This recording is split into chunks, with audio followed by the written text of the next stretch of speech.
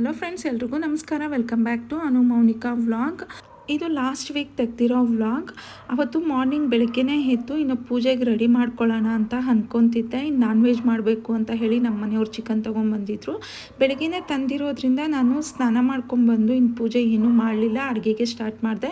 ಈ ವ್ಲಾಗಲ್ಲಿ ಅಮ್ಮ ಅವ್ರು ಇದ್ದರು, ಅವಾಗ ತೆಗ್ದಿರೋ ವ್ಲಾಗ್ ಇದು. ತುಂಬ ಲಾಂಗ್ ಆಗೋಯಿತು. ವೀಡಿಯೋನೇನೋ ಎಡಿಟ್ ಮಾಡಿ ಇಟ್ಟಿದ್ದೆ, ವಾಯ್ಸ್ ಓವರ್ ಕೊಟ್ಟು ಅಪ್ಲೋಡ್ ಮಾಡೋಕ್ಕಾಗಿರಲಿಲ್ಲ. ಅದಕ್ಕೆ ಹೀಗೆ ಮಾಡ್ತಾಯಿದ್ದೀನಿ. ಇನ್ನು ಮಾರ್ನಿಂಗ್ ಬ್ರೇಕ್ಫಾಸ್ಟ್ಗೆ ಅಂತಲೇ ನಾನು ಚಿಕನ್ ಸಾಂಬಾರು ಮಾಡ್ತಿದ್ದೀನಿ. ಚಿಕನ್ ಕರ್ರಿ ಮಾಡಿ ರೈಸ್ಗೆ ಇಟ್ಬಿಡ್ತಿದ್ದೆ. ಒಂದು ಸ್ವಲ್ಪ ಮಕ್ಳಿಗೆ ಬೇಕಂದರೆ ಚಪಾತಿ ಮಾಡ್ಕೊಡೋಣ ಅಂತ ಹೇಳಿ. ಚಿಕನ್ಗೆ ಇಟ್ಟನೋ ಇಲ್ಲೋ ಊರಿಂದ ಫೋನ್ ಬಂತು, ನಮ್ಮ ಮಾವಗೆ ತುಂಬ ಹುಷಾರಿಲ್ಲ ಅಂತ ಹೇಳಿ. ನಮ್ಮ ಮಾವ ಅಂತಂದರೆ ಅಮ್ಮಗೆ ದೊಡ್ಡಪ್ಪ ಮಗ, ತುಂಬ ಚಿಕ್ಕ ವಯಸ್ಸೇ, ಆದರೆ ಜಾಸ್ತಿ ಹುಷಾರಿಲ್ಲ, ತುಂಬ ಸೀರಿಯಸ್ ಅಂತ ಹೇಳಿಬಿಟ್ಟು ಅಂದರು.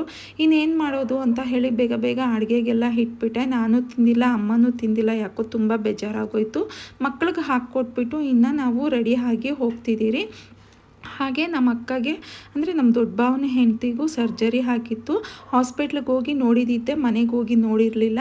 ಹೋಗಬೇಕಾದ್ರೆ ಅವ್ರನ್ನೂ ನೋಡಿಕೊಂಡು ಹೋಗೋಣ ಅಂತ ಹೇಳಿ ಇನ್ನು ಬೇಗ ರೆಡಿ ಆಗಿ ಹೋಗ್ತಿದ್ರಿ. ಈಗ ನನ್ನ ಮಗ, ನಾನು ಮತ್ತು ಅಮ್ಮ, ಅನಿಕ 4 ಜನ ಹೋಗ್ತಾ ಇದ್ದೀರಿ.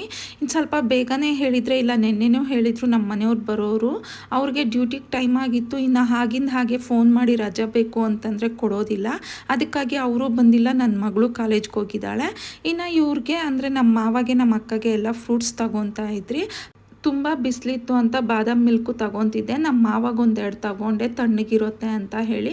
ನಮಗೆ ಹಾಗೆ ಕುಡ್ಕೊಂಡು ಹೋಗೋಣ, ಟಿಫನ್ ಏನೂ ಮಾಡಿರಲಿಲ್ಲ ಅಂತ ಹೇಳಿ ನನಗೆ ಮತ್ತು ಅಮ್ಮಗೆ ಹಾಗೆ 4 ಜನಕ್ಕೂ ಸೇರಿ ಇನ್ನು ನಾನು ಬಾದಾಮ್ ಮಿಲ್ಕೆ ತೊಗೊಂಬಿಟ್ಟೆ.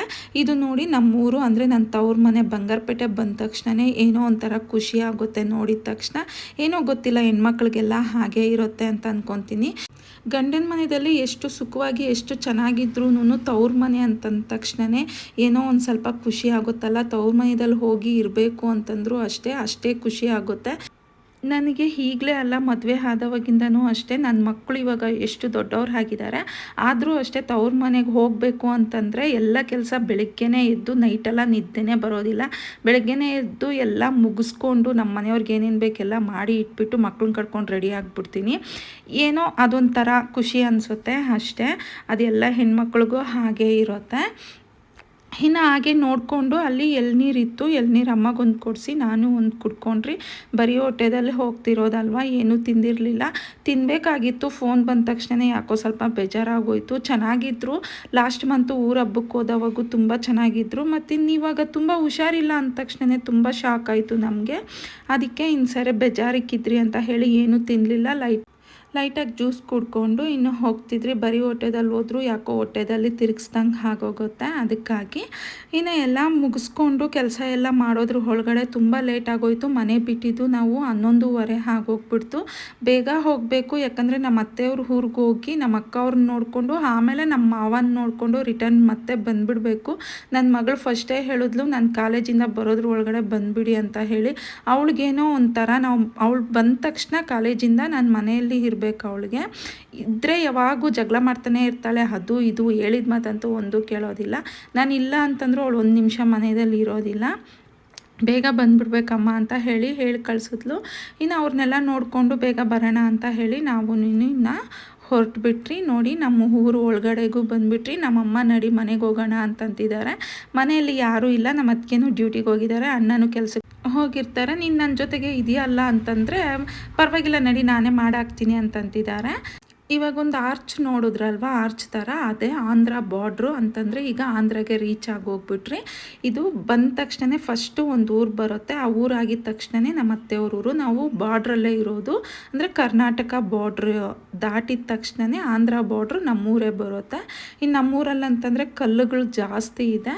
ಅಂದರೆ ನಮ್ಮೂರು ಜಾಸ್ತಿ ಹಳ್ಳಿನೂ ಏನಲ್ಲ, ಒಂದು ಸ್ವಲ್ಪ ನಮ್ಮ ಕಡೆ ಎಲ್ಲ ಟೌನ್ ಅಂತಾರಲ್ವ, ಆ ರೀತಿಯೇ ನಮ್ಮೂರು. ಅಂತಂದರೆ ಎಲ್ಲ ಅಂಗಡಿಗಳು ಇರುತ್ತೆ, ಬಟ್ಟೆ ಅಂಗಡಿಯಿಂದ ಹಿಡಿದು ಒಡವೆ ಅಂಗಡಿ, ಪೊಲೀಸ್ ಸ್ಟೇಷನ್, ಗೌರ್ಮೆಂಟ್ ಹಾಸ್ಪಿಟ್ಲು ಎಲ್ಲ ಇರುತ್ತೆ. ಪಕ್ಕದಲ್ಲಿರೋ ಹಳ್ಳಿಗಳೆಲ್ಲನೂ ನಮ್ಮೂರಿಗೆ ಬರೋದು, ಸುತ್ತಮುತ್ತಲಿರೋ ಹಳ್ಳಿಗಳೆಲ್ಲನೂ ಏನು ಬೇಕಂದ್ರೂ ನಮ್ಮೂರಿಗೆ ಬರ್ತಾರೆ. ಆಗಲೇ ಒಂದು ದೇವಸ್ಥಾನ ತೋರಿಸಿದ್ನಲ್ಲ, ಅದು ಬೆಟ್ಟದ ಮೇಲೆ ವೆಂಕಟರಾಮ ಸ್ವಾಮಿ ದೇವಸ್ಥಾನ. ಆಂಧ್ರಗೆ ರೀಚ್ ಆದರೂ ಇಲ್ಲೋ ಗೊತ್ತಿಲ್ಲ, ಸಖತ್ತು ಶೆಕೆ.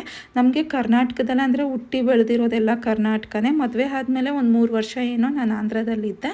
ಮತ್ತು ನಮ್ಮ ಮನೆಯವ್ರಿಗೆ ಡ್ಯೂಟಿ ಯಾವ ಕಡೆ ಇರುತ್ತೋ ನಾವು ಆ ಕಡೆಗೆ ರೀಚ್ ಆಗಿಬಿಟ್ರಿ. ನಮ್ಮ ಅತ್ತೆ ಮನೆ ಬಂದು ರೋಡ್ ಪಕ್ಕನೇ ನಮ್ಮದು ಮನೆ ಇರೋದು. ಇನ್ನು ಮನೆಗೆ ಹೋಗಿ ನಮ್ಮ ಅಕ್ಕ ಅವ್ರನ್ನೆಲ್ಲ ನೋಡ್ಕೊಂಬಿಟ್ಟು ಮಾತಾಡಿಸ್ಕೊಂಡು ನಮ್ಮ ಅಜ್ಜಿಯವ್ರ ಊರು ಪಕ್ಕದಲ್ಲೇ ನೆಕ್ಸ್ಟ್ ಊರು ಆಗಿದ ತಕ್ಷಣ ನಮ್ಮ ಅಜ್ಜಿಯವ್ರ ಊರು ಒಂದು ಊರು ಆಗಿದ ತಕ್ಷಣ ಅಜ್ಜಿಯವ್ರ ಊರು ಬರುತ್ತೆ. ಅಮ್ಮ ತವ್ರ ಮನೆ ಕಡೆನೇ ನನ್ನನ್ನು ಕೊಟ್ಟಿರೋದು. ಇನ್ನು ಹಾಗೆ ಅಜ್ಜಿಯವ್ರ ಊರಿಗೂ ರೀಚ್ ಆಗೋದ್ರಿ. ಅಲ್ಲಿ ಅಕ್ಕ ಮನೆ ಅದೆಲ್ಲ ಏನೂ ವೀಡಿಯೋಸ್ ಏನೂ ತೆಗಿಲಿಲ್ಲ. ಅವ್ರ ಪರ್ಮಿಷನ್ ಇಲ್ದಿರ ನಾವೇನು ತೆಗಿಯೋಕ್ಕಾಗಲ್ವಲ್ಲ, ಅದಕ್ಕಾಗಿ ಇದು ನೋಡಿ ಅಜ್ಜಿ ಮನೆ ರೀಚ್ ಆಗಿದ ತಕ್ಷಣವೇ ಎಂಟ್ರೆನ್ಸಲ್ಲೇ ಸ್ಟಾರ್ಟಿಂಗಲ್ಲೇ ಮಾವಿನಕಾಯಿ ಮರಗಳು ಸಖತ್ತಿರುತ್ತೆ ಉದ್ದಕ್ಕೂ. ಮಾವಿನಕಾಯಿ ನೋಡಿದ ತಕ್ಷಣ ಸಖತ್ ಖುಷಿ. ಎಷ್ಟು ಕಾಸು ಕೊಟ್ಟು ನಾವು ತಗೊಂಡು ತಿಂದ್ರೂ ಈ ರೀತಿ ಮರದಲ್ಲಿ ಕಿತ್ಕೊಂಡು ತಿನ್ನೋದ್ರಲ್ಲೇ ಆ ಟೇಸ್ಟೇ ಬೇರೆ ಇರುತ್ತೆ, ಆ ಖುಷಿನೂ ಬೇರೆ ಇರುತ್ತಲ್ವ.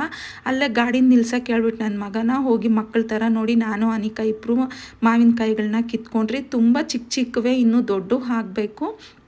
ಆದರೂ ನೋಡಿದ ತಕ್ಷಣ ಖುಷಿಗೋಸ್ಕರ ಕಿತ್ಕೊಂಡ್ಬಿಟ್ಟೆ. ಇನ್ನು ಅಜ್ಜಿಯವ್ರ ಊರಿಗೂ ಎಂಟ್ರಿ ಆಗೋಗ್ಬಿಟ್ರಿ. ಬಸ್ ಇಳ್ದಿದ ತಕ್ಷಣ ಅಂದರೆ ಬಸ್ಸಲ್ಲಿ ಬಂದರೆ ಬಸ್ ಇಳ್ದಿದ ತಕ್ಷಣ ಒಂದು ಅರ್ಧ ಕಿಲೋಮೀಟ್ರ್ ಅಷ್ಟು ಒಳಕ್ಕೆ ಹೋದ್ರೇ ಅಜ್ಜಿಯವ್ರ ಊರು ಸಿಗೋದು. ಈಗ ರೋಡ್ ಮಾಡಿದ್ದಾರೆ. ನಾವು ಮಕ್ಕಳಲ್ಲಿ ಇರಬೇಕಾದ್ರೆ ಮಣ್ಣು ಮರಳು ಅದರಲ್ಲೇ ನಡ್ಕೊಂಡು ಹಾಡ್ಕೊಂಡು ಹೋಗ್ತಾಯಿದ್ರಿ. ಅವಾಗ ಉದ್ದಕ್ಕೂ ಮರಗಳು ಇರೋದು.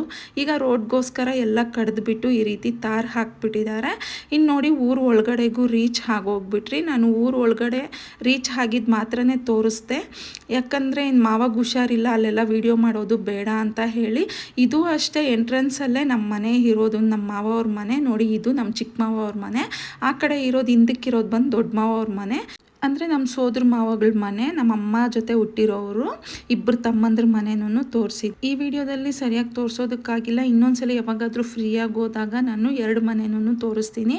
ಹಾಗೆ ಮಾವ ಮನೆಗೆ ಹೋಗಿ, ಅಂದರೆ ಹುಷಾರಿಲ್ಲ ಅಂತ ಅನ್ನಲ್ವ, ಅವ್ರ ಮನೆಗೆ ಹೋಗಿ ಅವ್ರನ್ನೂ ನೋಡಿಕೊಂಡು ಸ್ವಲ್ಪ ತಿದ್ರಿ. ಬಟ್ ನೆನ್ನೆ ಮೊನ್ನೆಗಿಂತ ಇವತ್ತು ಬೆಟರ್ ಅಂತೆ. ಒಂದು ಸ್ವಲ್ಪ ಊಟ ಮಾಡ್ತಿದ್ದಾರೆ. ನಾವು ತೊಗೊಂಡೋಗಿರೋ ಜ್ಯೂಸ್ನೂ ಕುಡಿದ್ರು. ನಮ್ಮ ಜೊತೆನೂ ಒಂದು ಸ್ವಲ್ಪ ಹೊತ್ತು ಹಾಗೆ ಮಾತಾಡಿದ್ರು. ಈಗ ಬೆಟರ್ ಅಂತ ಅನಿಸಿದ್ರು.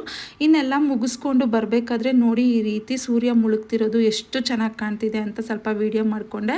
ಹಾಗೆ ಇದು ಮಾರನೇ ದಿವಸದ್ದು. ಅಮ್ಮಗೆ ಕಣ್ಣು ಸರಿಯಾಗಿ ಕಾಣ್ತಿಲ್ಲ ಅಂತ ಹೇಳಿದ್ರು. ಅದಕ್ಕೆ ಹೈ ಕೇರ್ಗೆ ಕರ್ಕೊಂಡ್ಬಂದಿದ್ದೆ ಅಮ್ಮನ.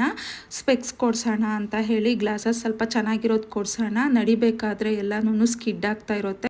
ಈ ಕಲ್ಲುಗಳು ದಾರಿಯಲ್ಲಿ ಏನಾದರೂ ಕಸ ಕಡ್ಡಿ ಇದ್ರೂ ಸರಿಯಾಗಿ ಕಾಣ್ತಿಲ್ವೇ ಅಂತ ಹೇಳ್ತಿದ್ರು. ಅದಕ್ಕಾಗಿ ಕರ್ಕೊಂಡ್ಬಂದಿದ್ದೆ. ಈಗ ಅಮ್ಮದು ಹಳೆ ಸ್ಪೆಕ್ಸೇ ಇದೆ ಅಲ್ವಾ, ಅದಕ್ಕೆ ಲೆನ್ಸ್ ಚೇಂಜ್ ಮಾಡಿ ಕೊಡ್ತೀನಿ ಅಂತಂದರು. ಅದು 1 ವೀಕ್ ಟೈಮ್ ಕೇಳ್ತಾಯಿದ್ರು. ಆಯಿತು ಕೊಡಿ ಅಂತ ಹೇಳಿಬಿಟ್ಟು ಇನ್ನು ಏನೇನೋ ಬೇಕಾಗಿತ್ತು ಮನೆಗೆ, ಅದನ್ನು ತಗೊಂಡು ಮನೆಗೆ ಬಂದುಬಿಟ್ರಿ. ಇದಾಗಿತ್ತು ಇವತ್ತಿನ vlog. Thank you for watching. Bye friends.